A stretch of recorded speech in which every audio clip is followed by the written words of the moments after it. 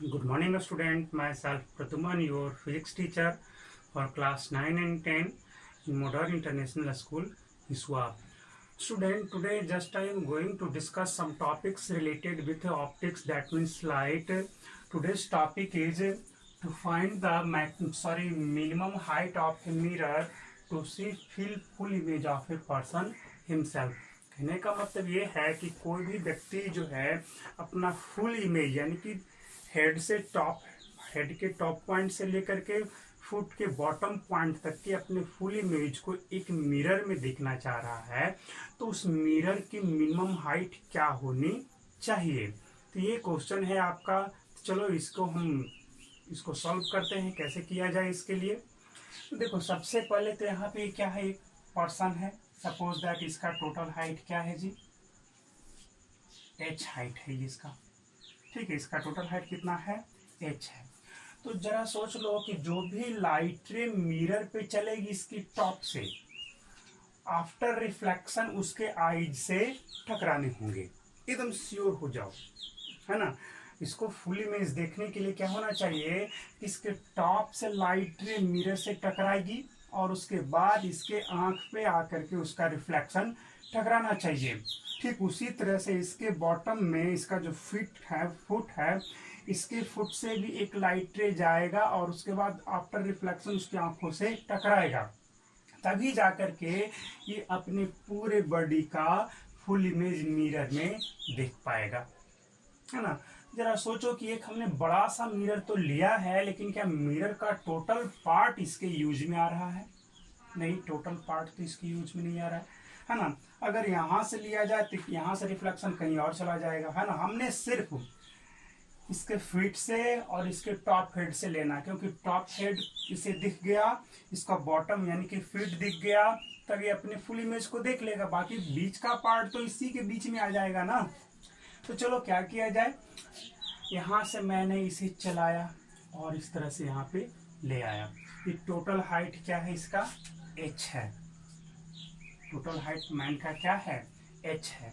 हमें required mirror का length कितना होगा, तो यहां से चला, यहां टकराने के बाद क्या ये कहीं और भी टकराता तो इसकी आंख पे आ सकता था? नहीं आएगा। मिरर के किसी और भी सेक्शन में अगर जो लाइट रे टकराता तो जरूरी नहीं है कि इसकी आंख पे आएगा। ओनली इसी पॉइंट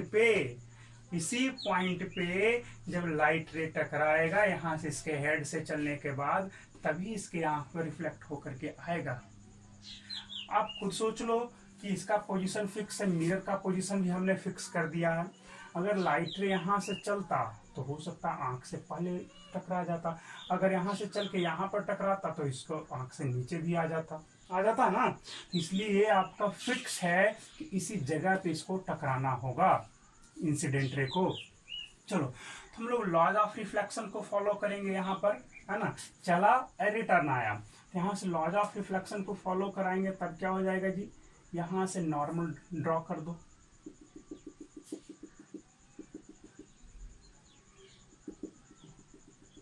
ये हो गया, नॉर्मल आ गया। ये एंगल और ये एंगल क्या हो जाएंगे, सेम हो जाएंगे। सोचने की बात है। अब देखो, ये जो आपका नॉर्मल, ये एंगल और ये एंगल भी क्या हो जाएगा, सेम ही होगा, है ना। और ये साइड दोनों में क्या है, कॉमन है। ये साइड जो है दोनों में क्या है, कॉमन है ना। ये वाला जो परपेंडिकुलर जो था वो साइड दोनों में कॉमन थी। ये दोनों ट्रायंगल कैसे हो जाएंगे, सिमिलर हो जाएंगे।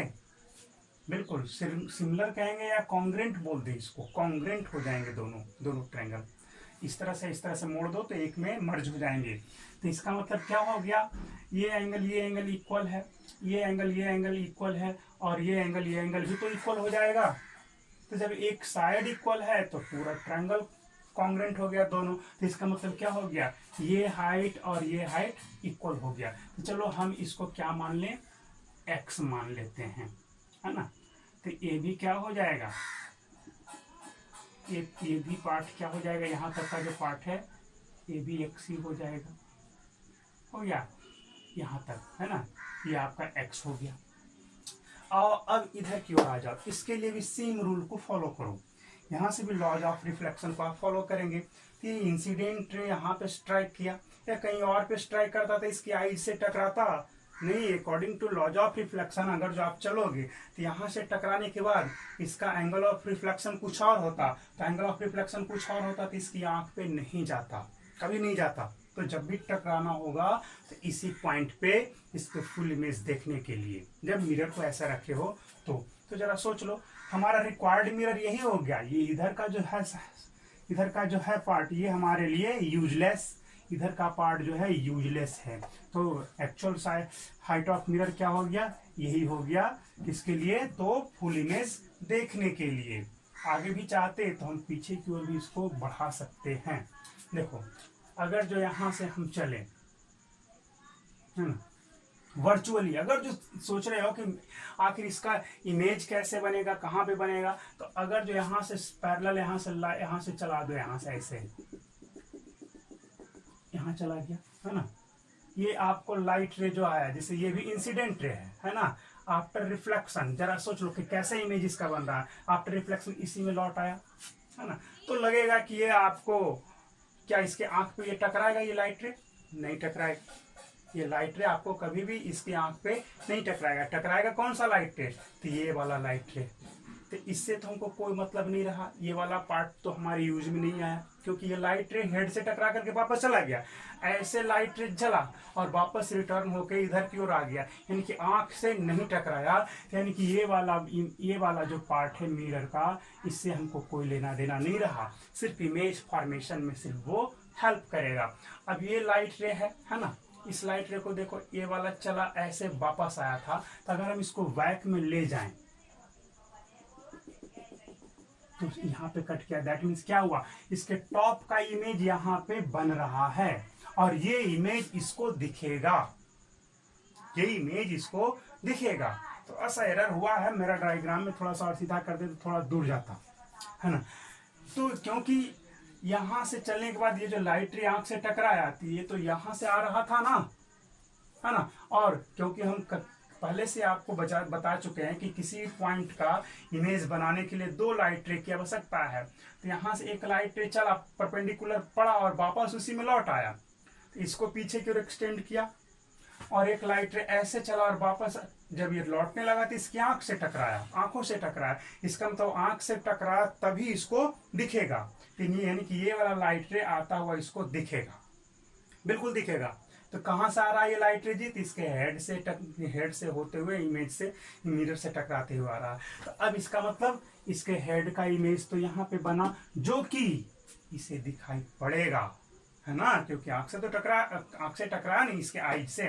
ठीक उसी तरह से हम इसके बारे में बात करें, मिरर तो और नीचे हम ले लें, तो यहाँ से इसको चला, लाइट रे ऐसे चलेगा, जैसे ऐसे गया तो ये 90 डिग्री पे टकराएगा, यानी कि जैसे गया ये वापस ठीक उसी तरह से लौट आएगा, बिल्कुल। तो लौट आएगा तो क्या इसको दिखाई पड़ेगा, ये लाइट रे नहीं दिखाई पड़ेगा, क्योंकि इधर जब तक आंख पे नहीं पड़ेगा लाइट रे आफ्टर रिफ्लेक्शन दिखेगा ही नहीं। तो दिख रहा है कहाँ से, तो यहाँ से लाइट रे यहाँ से चला और यहाँ से दिख रहा है। तो सोचो कि अब इसका इमेज कहाँ पे बनेगा, तो हम इसको पीछे की ओर एक्सटेंड करें तो, और इसको भी पीछे की ओर एक्सटेंड करेंगे, शायद यहाँ पे कहीं पे बनेगा। ये आपको डायरेक्ट यहाँ से दिखेगा, तो इसका पैर यहाँ पे दिखेगा, इसका जो फीट है, इस आदमी का जो पैर है मिरर के अंदर यहाँ से डायरेक्ट इस जगह पे इसको दिखाई पड़ जाएगा, दूर में थोड़ा सा।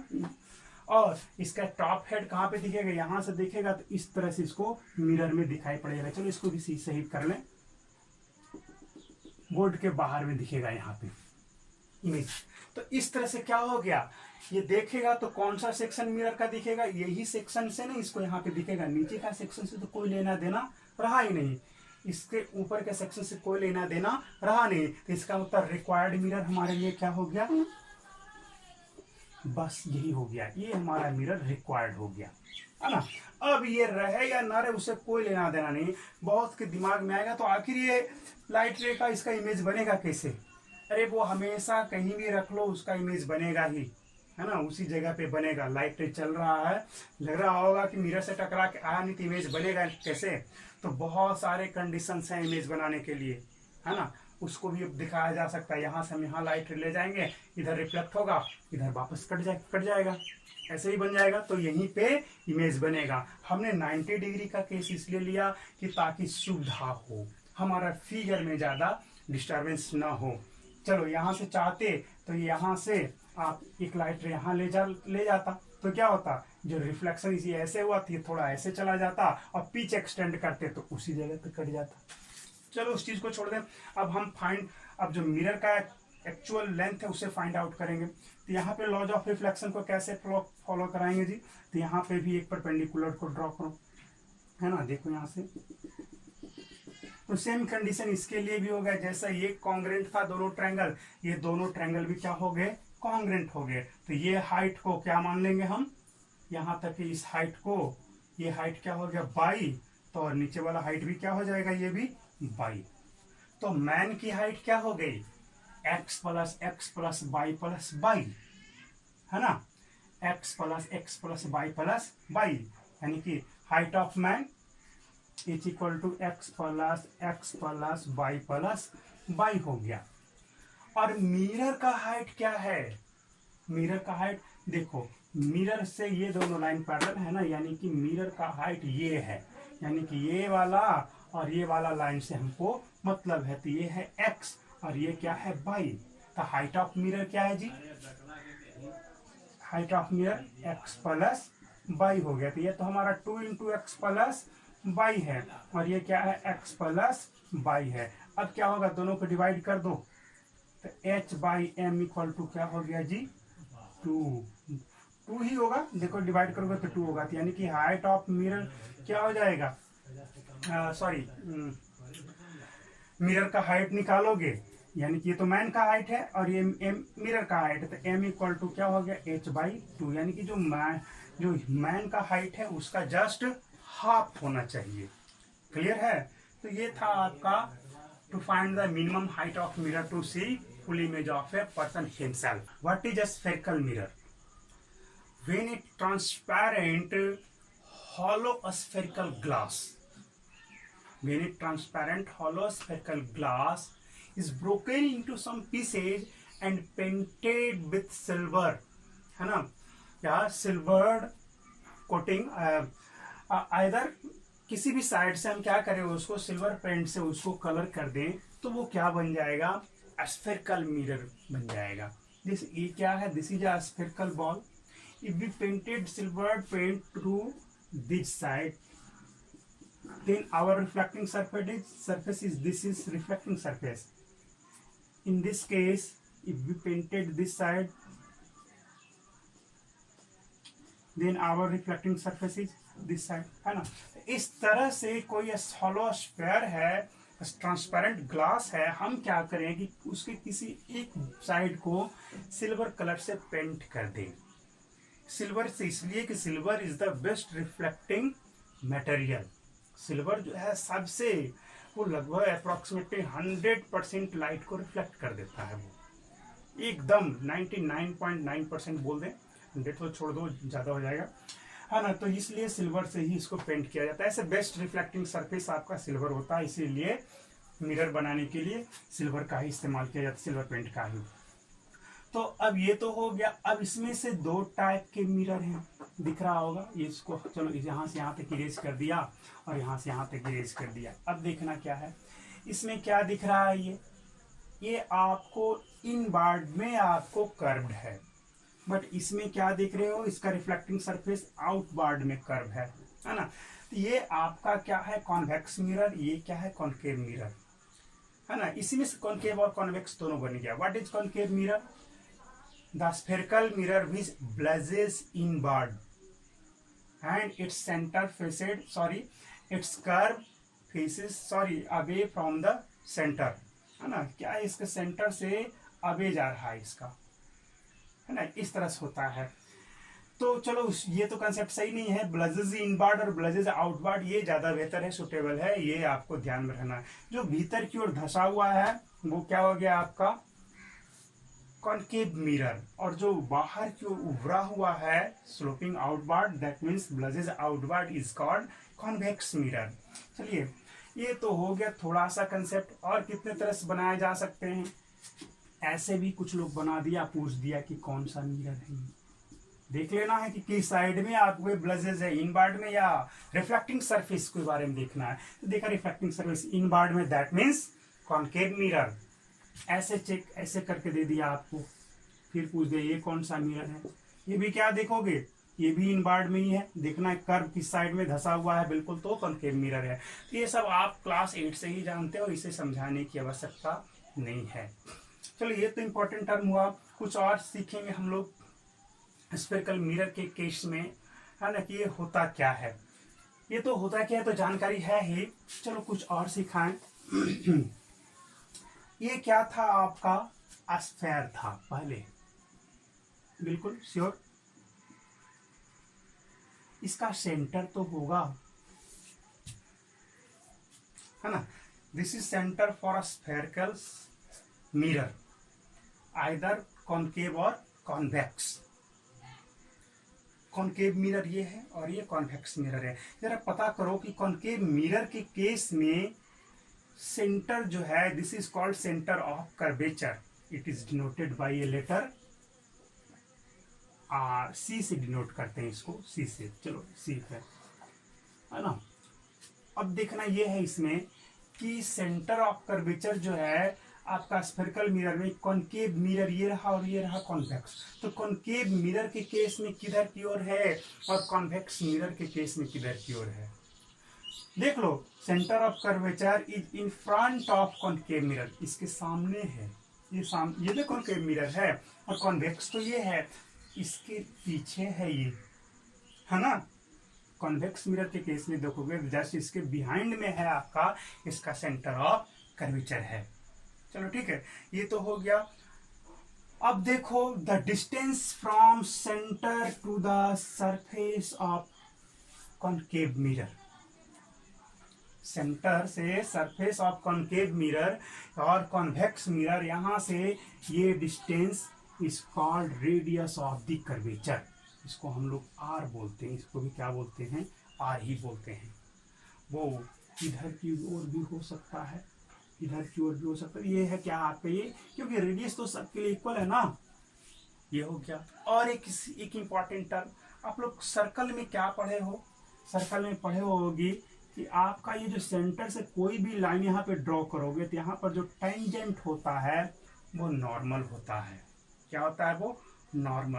तो ये भी जान लो कि ये भी जो भी आपका सेंटर से लाइट रे आपको सरफेस पे पड़ेगा वो नॉर्मली पड़ेगा, क्योंकि हमें लाइट रे के बारे में डिस्कस करना है। जरा सोच लो, है ना, हमें कहीं भी लॉज ऑफ रिफ्लेक्शन को फॉलो करने के लिए नॉर्मल को ड्रॉ करना होता है। इसलिए हम लोग यहाँ पे ये जान लें कि लाइट रे जब इस पे पड़ेगा तो जान ही रहे हो कि यहाँ पर अगर टेंजेंट खींचोगे तो ये लाइन नॉर्मल, यहाँ पे टेंजेंट ड्रॉ करोगे तो ये लाइन नॉर्मल, यहाँ पे टेंजेंट ड्रॉ करोगे तो ये लाइन नॉर्मल होगी। यानी कि जो सेंटर से लाइट रे चलाए या सेंटर से लाइन सरफेस पे बढ़ा वो नॉर्मली फॉल करता है।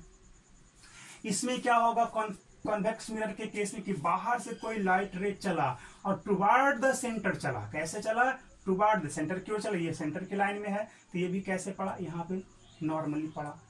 यहाँ से लाइट रे आपको आया, ये भी टुवर्ड द सेंटर जा रहा है तो ये भी कैसे पड़ा, नॉर्मली पड़ा। तो लॉज ऑफ रिफ्लेक्शन में क्या पढ़ा है आपने, कहीं भी आपको लॉज ऑफ रिफ्लेक्शन को फॉलो कराना है तो यही आपको नॉर्मल हेल्प करेगा कि आफ्टर रिफ्लेक्शन वो लाइट रे जाएगा तो किधर जाएगा। जैसे यहाँ से चलेगा सेंटर की ओर जाएगा तो जानते हो ना कि अगर जो नॉर्मली कोई लाइट रे किसी जगह पे फॉल करता है तो डायरेक्टली वो उसी पाथ में रिटर्न हो जाता है। तो ऐसे लाइट रे चलेगा कॉन्वेक्स मिरर के केस में तो जैसे गया वापस आ गया।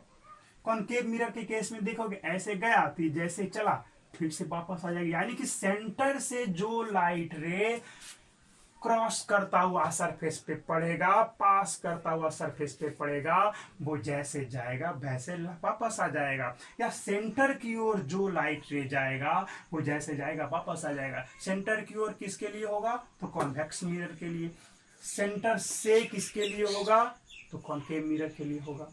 ठीक है, तो कुछ और इंपॉर्टेंट टर्म हम इसमें डिस्कस करते हैं। Some important term related with spherical mirror. मैं फिगर में ज्यादा तो कुछ नहीं लिखा, मैंने साइड में ही सबको लिख दिया, but one by one I explain every topic sorry every term in this figure. First of all pole, what is pole, है ना, the centre of reflecting surface is called pole, है ना। जैसे हमारे पास कोई कर्व मिरर तो अभी यहाँ पे है नहीं, है ना, जैसे ये रहा आपका कर्व मिरर है ये, या स्पेकल मिरर है। तो जरा पोल के बारे में, इसके बारे में कहा जाए कि पोल कहाँ पे होगा, तो क्या कहीं भी हम पोल डिसाइड कर लेंगे? नहीं, रिफ्लेक्टिंग सरफेस का जो सेंटर होगा उसी को हम लोग पोल बोलेंगे। अब बताओ कहाँ पे होगा? क्या यहाँ पे हो सकता पोल? नहीं होगा, यहाँ भी नहीं होगा, ये वाला पॉइंट पर होगा, जिस पर इस तरह से रखोगे तो वो टिक जाए, रुक जाए। जैसे हम लोग डिस्क को इस तरह से रखते हैं, उंगली पे तो अटक जाता है ना, ठीक उसी तरह से रिफ्लेक्टिंग सरफेस भी जब हमारे किसी किसी शार्प नुकीली चीज पे अटक जाए तो वही पॉइंट क्या हो जाएगा? उसका पोल हो जाएगा। क्लियर? सेकेंड टॉपिक क्या है? Centre of curvature. What is centre of curvature? ये दिख रहा है, ये क्या है? मेरा स्फेरिकल सरफेस है। तो बताओ ये जो पूरा कर्व बना हुआ है, इसी सेंटर के टुवार्ड ने इसको रोटेट करा करके कराया गया है। तो ये जो पॉइंट होता है, ये पॉइंट जो O हमने दिया या C दे दिया, इसी को क्या बोलते हैं हम लोग? सेंटर ऑफ कर्वेचर बोलते हैं। What is the radius of curvature? The length from center of curvature to the pole, है ना। The length from the distance भी बोल सकते, from center of the curvature and the pole is called radius of curvature. Pole is simply denoted by a letter P. Center of curvature is simply denoted by a letter C and radius capital R, है ना। दोनों case में देखो, ये कौन सा है? ये this is convex mirror and this one is concave mirror. क्या देखा? ये आपका ये बाहर की ओर उभरा हुआ इसलिए कॉन्वेक्स, ये आपका इसका पोल यहाँ पे है। दोनों का सेंटर देखो, इसका सेंटर इसके सामने में है, बट इसका सेंटर इसके पीछे में है ना। इसका फंक्शन आगे हम बताएंगे कि कब क्या होगा। जो ये तो हो गया आपका क्या? Principal axis. सिंपल सा, the line joining from centre of curvature to the pole, या straight line joining from centre of curvature and pole is called principal axis. Simple सा है, ये आपको हो गई। ठीक है। नॉर्मल क्या है?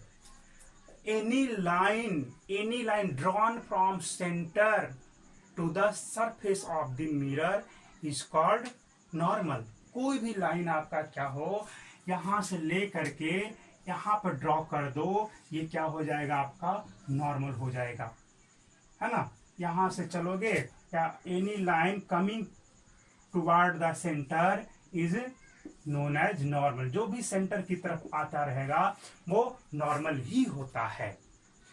नेक्स्ट क्या है? Linear aperture. The straight length, the linear length of reflecting surface. ये देखो रिफ्लेक्टिंग सरफेस जो आपका पेंटेड यहीं तक ना है, तो यहां से ले करके यहां तक का जो डिस्टेंस, ये जो लेंथ हो गया, इसको हम लोग क्या बोलते हैं?